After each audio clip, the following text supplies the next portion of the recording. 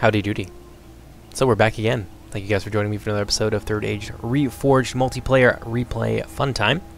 Today I've got a 3 versus 3. This one was sent in to me by, I believe, Isengard, so another big thank you to him for supporting the channel. Been seeing a lot of him lately, haven't we? In any case, let's take a look at some of the army comps, then we can jump into the replay itself. Hope you guys enjoy it. First army we're going to look at today is the Realm of Linden, being commanded by Baconfish 302. Oh, and by the way, we are playing on 0.96.1. I don't think I mentioned that, or not, but now you know. But yes, Linden. Got one unit here of the Wardens of Harlenden. Spear Cavalry, Bow Cavalry Hybrid, otherwise known as the Escort of Kyriatur, I believe, on our test build, if you guys are a little bit confused. I got some Mythal Lancers here as well, just a regular old Lancer Cavalry, but they also have Javelins, as many of Lindon's units are hybrids. Some of the non-hybrid units here as well. Got some 4 Lindon Archers on the front line. They do exactly what you'd expect them to do. Harlenden Guard here, hybrid Spear Infantry and Bow Infantry. Got some 4 Lindon Marines. I think I saw about 2 4 Lindon Marines there, a couple of Mythlon Marines as well. And then a solid front line composed of Mythlon Pikemen and 4 Linden Pikemen. So it looks like 2 4 Linden Pikemen in the center, and the wings will be held down by the more sturdy Mythlon Pikemen. Moving on now to the rest of the cavalry. We got some Noldor and Horse Lords here. Very sexy, very unique looking. It's very high fantasy elven, not exactly something that I think that we're used to seeing. And we got Círdan, the old man himself. Although, I don't know why people like to show Círdan as having aged. He's an elf, and like all the other elves, they don't age, not physically in any case. Over here, another unit of the Mythlon Lancers. I think that just about does it. Might have a unit of Hidden Rangers or something like that somewhere. But we will find out once the battle begins. Second Lindon player over here as well. This one army being commanded by Stewed Balrog. He's got some Mythlon Lancers, Noldor and Horse Lords, another company of Mythlon Lancers. And this time we got some Harlenden infantry on the front lines, and they're going to be defending the 4 Lindon Pikemen. A pretty standard, yeah, very bog standard Lindon composition. Pretty good in a line battle. Depends really on who you're fighting. If there's a lot of pushing units, they can certainly cause you a lot of problems as the Elves of Lindon. At least with this particular army. 4 Lindon Archers, 4 Lindon Marines for support. Is it 3 units of 4 Lindon Marines? No, maybe just 2. Got some Harlenden Guard here as well. Noldorine Guard. Very sexy. Every single time I see these guys in the field, I have to stop and say, Arthalion is amazing at making models and doing textures and things like that. So these guys look absolutely incredible. Second company over here as well. Noldorine, full detachment of Noldorine Guard. A little bit less javelin focused and a little bit more beat you up in melee focus, which is kind of cool. 2 contrasting playstyles there for Linden. Over here we have the third and final blue team army. This one being commanded by the person who sent me in the replay. That being Isengard Max, and of course he's playing as Isengard. Got some Warg Riders here. Trolls of the White Hands, Uruk-hai Infantry, probably a bunch of Uruk-hai Infantry. Yeah, I'm looking at maybe about 3 companies of the Uruk-hai Infantry, 4 right there. Dunlinden Clansmen to mix in there as well, and maybe 1 or 2 companies to form the center here of the Uruk-hai Pikemen. Also brought some Guards of the Orthancs, a little bit more of a defensive, at least I would say certainly more defensively oriented army. The Guards of the Orthanc are great for extended engagements because they give morale to nearby units. Don't do as much damage, however. And the Uruk-hai Pikemen, Pikes are pretty good, but they do their killing over a very long period of time while conserving their numbers thanks to their range. So yeah, not a lot of like super shock damage here. Maybe we'll see some Snaga Stalkers hiding somewhere, or the Snaga Javelin Men, whatever the hell they're called. Another unit here, the Uruk-hai Infantry, and yet more Uruk-hai Infantry. What do you know? We got some Nazakai, so some seriously offensively oriented killing power here, along with the Trolls of the White Hand and Champions of the White Hand. So you know what? I take it back. This is very much a very solid anvil here that the Isengard Max has created, and he's got a lot of nasty units that he can use to hammer anybody that wants to come near it. Looks like we missed a couple of units here as well. Some utility Uruk-hai crossbow. So this is not a ranged focus army whatsoever. This is a close range, bite your face off kind of army, which is kind of cool to see. But it's not a rush army, which is, yeah, it's a bit different for that flavor to be given, I would say, to an army composition like this. Certainly not something I see very often. But rambling aside, let's take a look at what Team Red is bringing to the battlefield today. Across the field from Isengard, we have the Easterlings of Rune, being commanded by Ending Flame 0210, who I think is a newer player. It's part of the Reborn Lore clan on the Discord, but I have not yet had the pleasure of playing with him or talking to him. So, looks like we got 2 units here at the Yenas Rim, 1 unit of Campbell's Dragon Knights. Pretty solid Lancer Corps there, along with the Dragon Knights for a little bit of up-in-your-face cavalry power. Eastern Clansmen here with their full armor upgrades, I should say.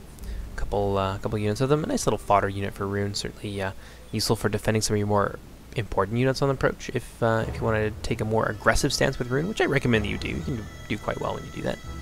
Just have to be careful. Narim here. A couple units of Eastern Clansmen. A couple units of Gamp Rim. That would be the Halberd unit. Armor piercing. Got the Lokefly Rim here as well. They're like a Mason Axe unit, so they are armor piercing as well. Let's see here. Scion Rim. The Scion Rim are an important support unit.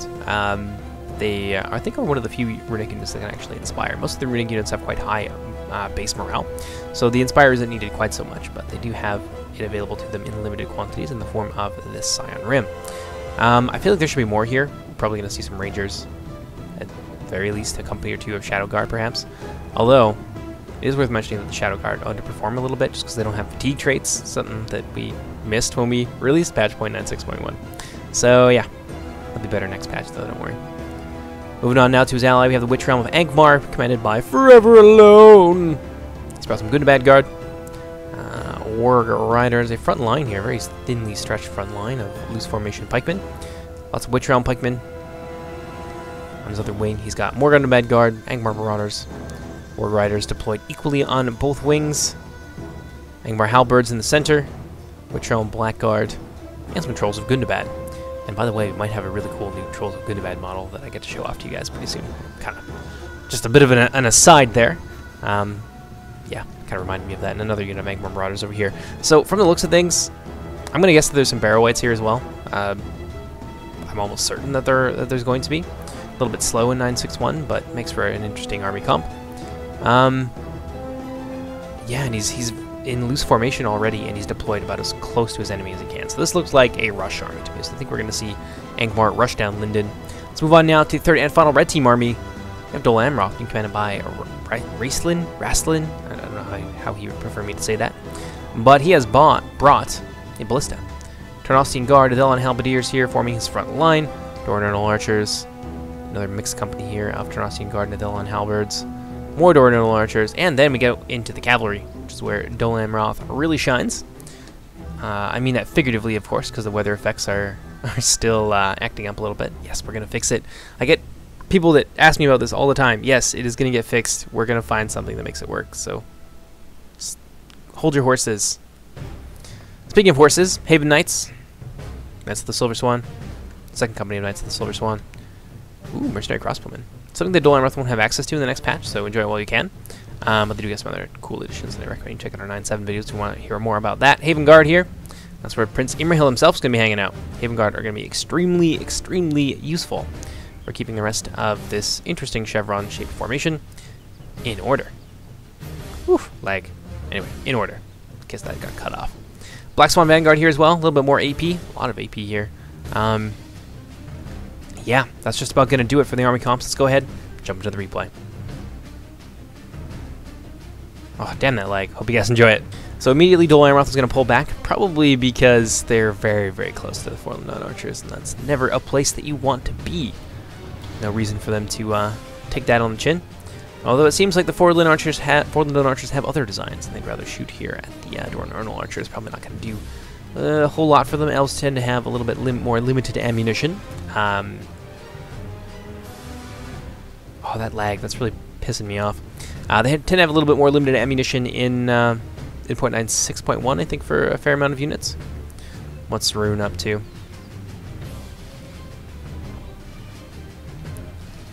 Taking their time. This looks kind of like a rush army, or a very similar kind of approach to Isengard, so it's going to be cool to see these two match up. Because Rune doesn't have a ton of long-range units. They have one unit of the Narrim for support, which is always a nice thing to have. But they have crossbows, and they've got all of this AP infantry here, which I presume they brought as a counter to Isengard's traditional reliance on their armor. Whereas Isengard also is ready for this kind of thing as well. So, close-range punch versus close-range punch. Be fun to see how that goes, although the Uruk-hai crossbows are a little bit better, and consequently, they have more range. So Rune is going to be forced to, I think, to make the first move here. I don't think he realizes what kind of danger he's in, however, as those crossbows are well within range of his own crossbows, and they're going to start opening up and shredding through the Easterlings. Yeah, it seems like Endless Flame here got himself caught off guard a little bit. Probably a little bit of inexperience there at work. As I said, I think he's a newer player. I knew it! I knew there was Barrow Whites on the field today. A couple of Barrow Whites here. Really obnoxious unit. They're faster in 9-7 and they have less survivability, but again, they're also faster, so you don't have to watch them shamble across the field for 30 minutes while you while you wait to get into combat with your supposedly rush army. It's a very liberal definition of rush. Put it that way when you bring the Barrow Whites at 0.96. Dornernal Archers here, facing off against them 4 Lenon Archers. Oh, that lag is getting ridiculous. Hold on, guys. Hopefully that fixes it. Bloody hell. Dol Amroth opening fire on the Elven lines, but the Elves are definitely getting the better of Dol Amroth in this skirmish fight here. Noldarine Horse Lords charging forward. They're going to run over those Dornernal Archers and the Dol Amroth player.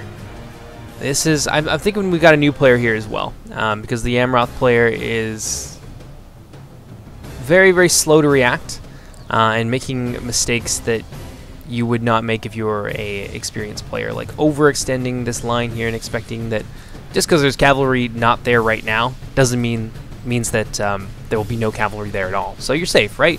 No, evidently not, as those Horse Lords are very, very swift. They close that gap extremely quickly and before the Dol Amroth player could react. So and it seems like the Amroth player was more than willing to chase those knights down with his Lancer units here, the Knights of the Silver Swan. Ooh, things are not looking good for Dol Amroth from what I've seen so far. Let's see here, Angmar slowly advancing forward. Angmar definitely taking their time here too, letting their front line get very far ahead of their reserve corps.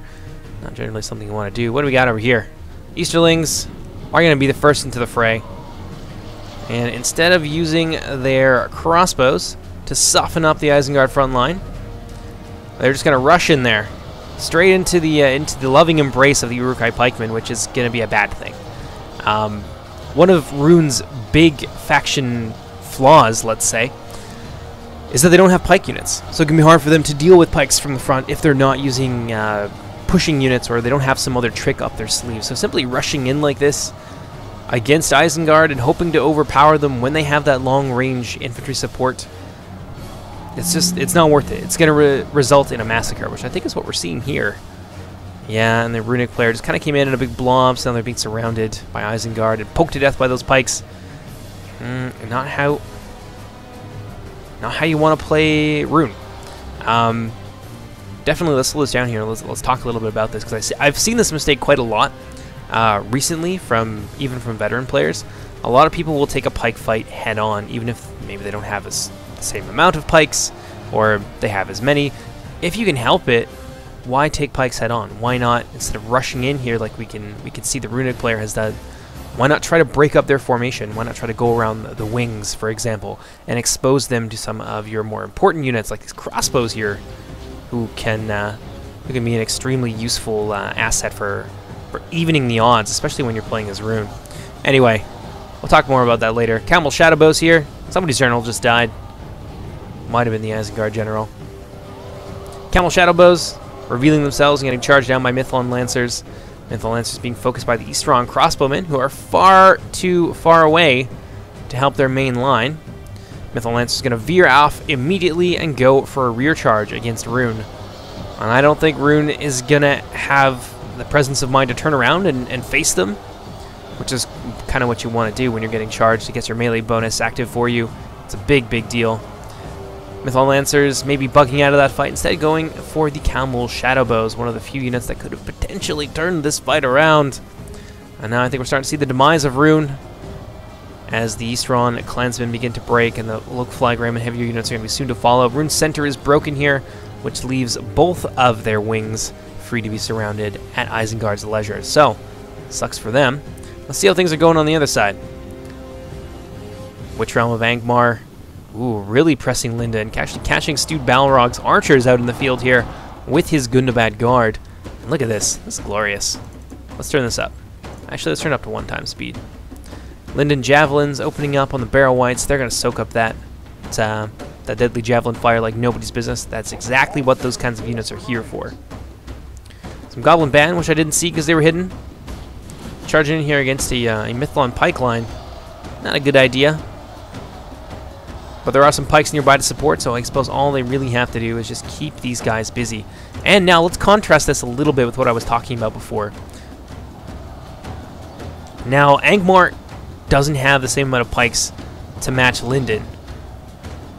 But what they're doing is tying down the Linden line and then using those pikes, well, apparently to flank, which is something I personally never would have thought of. But they're using those pikes to support key areas on the line where they want to try and win. And that's a smart way to use your limited resources, one that I think may ensure Gundabad's victory in this engagement. They've got their kind of shit-tier units on the front to soak up fire. They're also trying to crush them on the wings instead of blobbing up. You can see a big contrast here between the way that Rune went about this and the way that Angmar is going about this. And this is very much the way that you want to... Well, this is certainly a way to try and fight against a pike wall, a very experienced and deadly pike wall. Linden certainly feels one of the best, if not the best. Yeah, he's getting in there, wrapping around the line, using his pike strategically to try and win in important key areas. And of course, got this Blackguard in here as well. They're going to give a lot of inspiration to some of these lower tier units and just keep this fight going. And the longer this fight goes on, the harder of a time the Elves of Linden are going to have, as he is, as I mentioned already, wrapping around. Look at this big old flanking movement. Yeah, the Elves of Linden are in a lot of trouble. So let's go ahead, kick it back up to 8 times speed here. See how Dol Amroth is doing. Dol Amroth is being pressed. Ooh, it's so nasty. I don't know why it's doing that. It's probably something to do with Fraps recording it in absurdly high quality. In any case, Linden is really, really pressing Dol Amroth, and it looks like they've been usually forced to fall back, but Dol Amroth doesn't really have anywhere to go. I don't know what their cavalry's been up to, but it looks like a bit of a massacre here, as those look like Noldorin Horse Lords to me. Oh no, maybe some of the Spear Cavalry. We're seeing the last gasp of the Dol Amroth Cavalry in the back here. Good thing we came over when we did. Noldorin Horse Lords chewing them out. Haven Knights down to 7. I think most of their Lancers were probably destroyed. He's still got some Knights of the Silver Swan in the back here.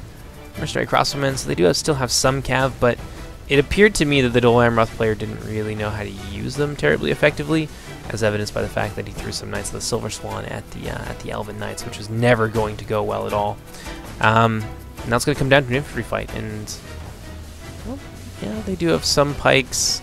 Yeah, they have pikes, and I don't think Dol Amroth is going to have any particularly surprising strategies here. I think they're going to just try and fight a line fight, kind of based on what I've seen so far. So I think this fight hasn't even started yet, but I think it's going to go in favor of Linden. Let's pop on over to here. Gundabad getting in there with their Angmar Marauders. Some more reinforcements. They've come around from the rear with the Gundabad Guard, trying to break in the center, where they're also supporting with their Witch Realm Blackguard. Yeah, look at this. Running down those Linden dogs, and they do have some rangers. What do you know? Some Wardens of Elas Tyrion being pursued across the plains by the Gundabad Guard. War Grinders nearby as well. Well positioned to sandwich those Wardens of Elas Tyrion, but it seems like Forever Alone is going to miss that opportunity. They're going to wave to each other as they pass by, and the Wargs are going to just careen harmlessly away from those ranger units. That's okay, though. Gundabad Guard are going to catch up to them, as the Linden player is going to lose micro on his rangers.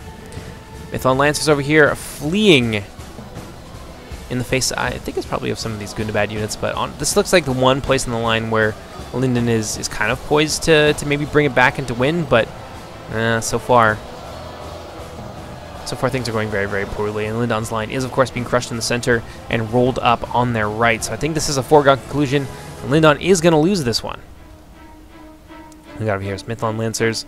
Isengard has completely cleaned up their rune engagement, and now Isengard is going to round on the Angmar forces while they are still in the process of crushing Linden.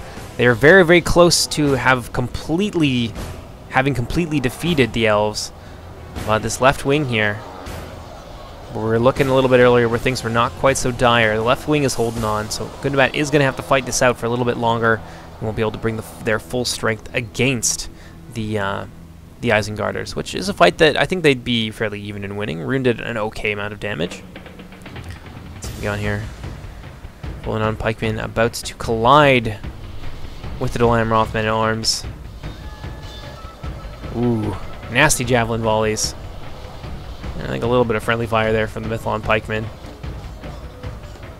Well, Haven Guard, I wonder what they're up to. Looks like they're going to try and cut down some Forlanon Marines, maybe. And Raceland is going to leave the rest of his infantry to just hold against the pikemen. Doesn't look... Yeah, there's a lot of Mythlon Marines here focusing down this front line. I think this is going to crumble pretty quickly here. Black Swan Vanguard, boot and a boot. Not too sure what they're doing. These guys are just kind of sitting here taking it. I mean, there's no real reason to do that. He's not got a whole lot of micro-intensive stuff going on. Might as well advance on the Mythlon Marines. Oh, that lag. I don't know if you guys heard that, but yeah, he might as well advance on the Mythlon Marines just because it's way better than just sitting back and taking it. He's just waiting for them to run out of ammunition, but they have a fair amount of ammunition in 961. So definitely a foolish mistake. Haven Guard over here. I've managed to make it towards the javelin line, but this bold attack has now been bogged down, and it's going to be no problem for the remaining javelins to toss their javies into those elite Haven Guard. More javies going down here. And look at this. So many of these units are routing without even fighting. It's because the Dolaamroth player didn't want to show a little bit of initiative. Very unfortunate. Let's pop on over to this end. This is very much the main event at this point in the game. Witch Realm Pikemen facing off against the Uruk-hai Infantry. Uruk-hai Infantry getting a taste of their own medicine as those Witch Realm Pikes are poking them to death. Let's see what we got going on over here. A lot of orcs beating other orcs. That's what I'd like to see. Trolls of the White Hand in here as well, thinning out the herd. Barrow Whites have engaged as well. Good and Bad Guard pushing hard against the Isengard left wing. There's some Black Guard here as well. Unit of small depleted unit of Uruk-hai Pikes being brought in to stiffen the resistance. And yet more, and even more numerous company is being brought over here as well. That's going to be tough for the Black Guard and the Good and Bad Guard. It's going to bog down those two important units for quite some time and prevent them from rounding on Isengard's center and completely crushing them. Oh, there's still Nausicaa. Nausicaa in the back. Like, it doesn't even look like they've taken any damage. None of them are even bloody. I don't think they fought at all. So we got back here some Uruk-hai crossbows. Still an okay amount of crossbows. Some of them I think are out of ammo. I think they're all out of ammo, so they're just going to use as infantry. And now, Good and Bad has finished off the Elves of Lindon. They're going to be free to begin to reroute some of their forces back over here to face Isengard. This is a... Oh, that friggin' lag. That's really driving me nuts. One sec, guys. I don't know what that is, but I wish it would stop. In any case, looking fairly even here between the two sides. A little bit of routing on the part of Good and Bad, but it's honestly Snaga Stalkers. Goblin Band here engaged with the Champions of the White Hand. It's an okay engagement. They're not exactly amazing spearmen, but they do get a sizable bonus against cavalry. More and more of the Good and Bad forces being rerouted here, and it's just a big, ugly line battle, and there's certainly a lot more brown than there is the Isengard black. So this could be a tough fight for them. Let's pop over here and see how the Elves of Lindon are doing. Exceedingly well, it would seem. Yeah, Dolaamroth didn't really have a chance, it seemed. Way on the back here. Oh, what do you know? Some Mimmerdale Rangers were hanging out here as well, but they're getting picked apart by Cav. Dolaamroth player trying to defend them with his Tarnostian Guard, but like honestly, the Dolaamroth player, they were a little more than a speed bump. It doesn't seem like they really showed a lot of initiative, a lot of like willingness to be aggressive, and they just want to kind of have their enemy come to them. And I don't know, I don't want to be mean to new people, but it just seemed like a fairly lazy way to play, and this is a fairly predictable result as a result of being that passive and not really picking their engagements very wisely. Haven Guard over here have been bogged down forever, but they're going to fight. They're going to fight it out. Forlanon Marines, fairly heavily reduced. Harlan Guard backing them up as well. I think there's like 2 units of Forlanon Marines here, maybe.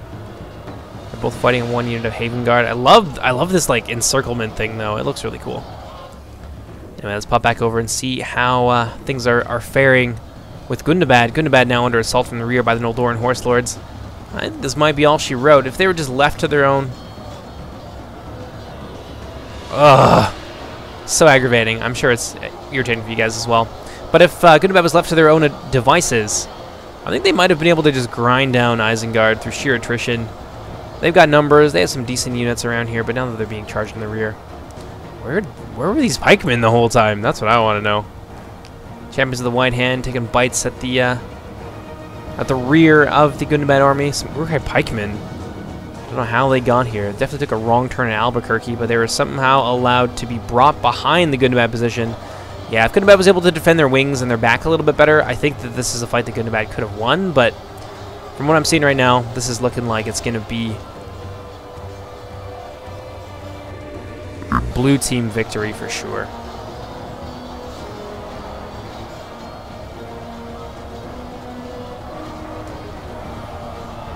Isengard Warg Riders charging into the rear of the Witch Realm Pikemen. A dangerous prospect, but if you time it right, you can rout units like this, especially when they're in dire straits.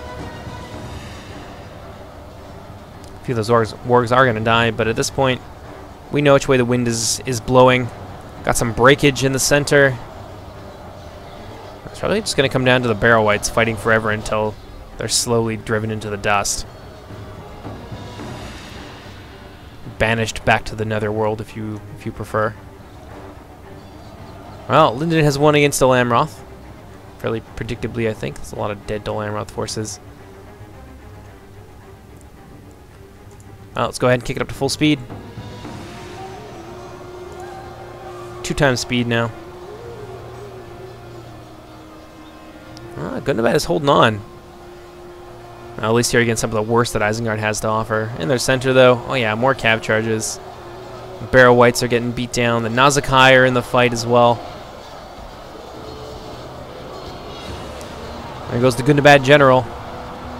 He's hanging out in a unit of Barrow Whites? Something like that. Wardens of Elos Tyrion. Don't know what they doing. I was shooting at routing units. It's not really all that important. Another rear charge into Gundabad. Oh, the Nazakai took a little bit of damage.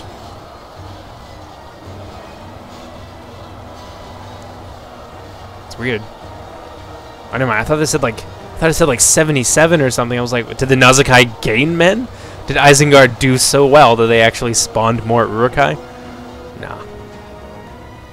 I'm just blind. It's fine. Big cav charge from the rear here. Ooh. Sort of not really into the rear of a unit of Witch Realm Pikemen. They're not having fun with it, but neither is that Lindon Cav from Baconfish 302. Oof. Yeah, that's a bad place to be. But it does pull those Witch Realm units away from the fight. Guards of Orthanc have been brought over to stiffen the right wing of Isengard. Nazakai are over there as well. I almost swear that there were 2 units of Nazakai in the field today.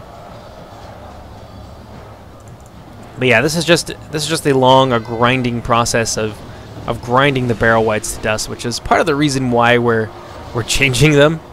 The extra speed is just ease of use. Or maybe it was the Elven General that died earlier, so that would be the Angmar General that just died. So that's going to send the rest of their forces into a panic.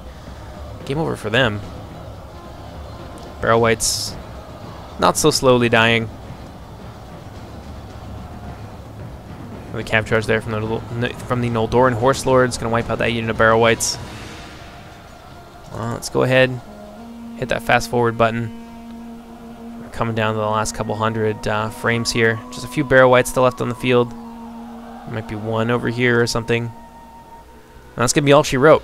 An interesting match. Isengard did extremely well. Hats off to them. Forever Alone definitely has played before. He knew how to make a decent Angmar rush, and I think if he was left to his own devices, he would have beaten. Well, he definitely beat Lindon, but I think he would have also ground down Isengard potentially, depending on what he did and how aggressive he was with surrounds. Just a little bit unfortunate for Raceland. He was facing a bunch of players who have all played before, and he had a couple of newer players on his team. There's nothing wrong with being new, and I hope nobody takes any personal offense to any of my comments in the video. It's just a long process of learning the ropes of Reforged, of which there are many. So I sympathize, but yeah, it was tougher for Forever Alone to be on a team, I think, with 2 people who are a little bit on the newer side of things. That being said, I hope to see them again soon sometime, and I hope to see them continue to improve. So in any case, my name is Jordan, also known as JMonster. Hope you guys enjoyed this.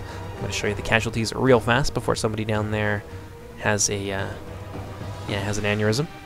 And there you go. Isengard, crap ton kills. Look at that. Now this guy only getting 101. Now this guy actually got out-killed by Uruk-hai infantry, which, hang your head in shame. But in any case, hope you guys enjoyed this, and I'll see you next time. Take care, everybody.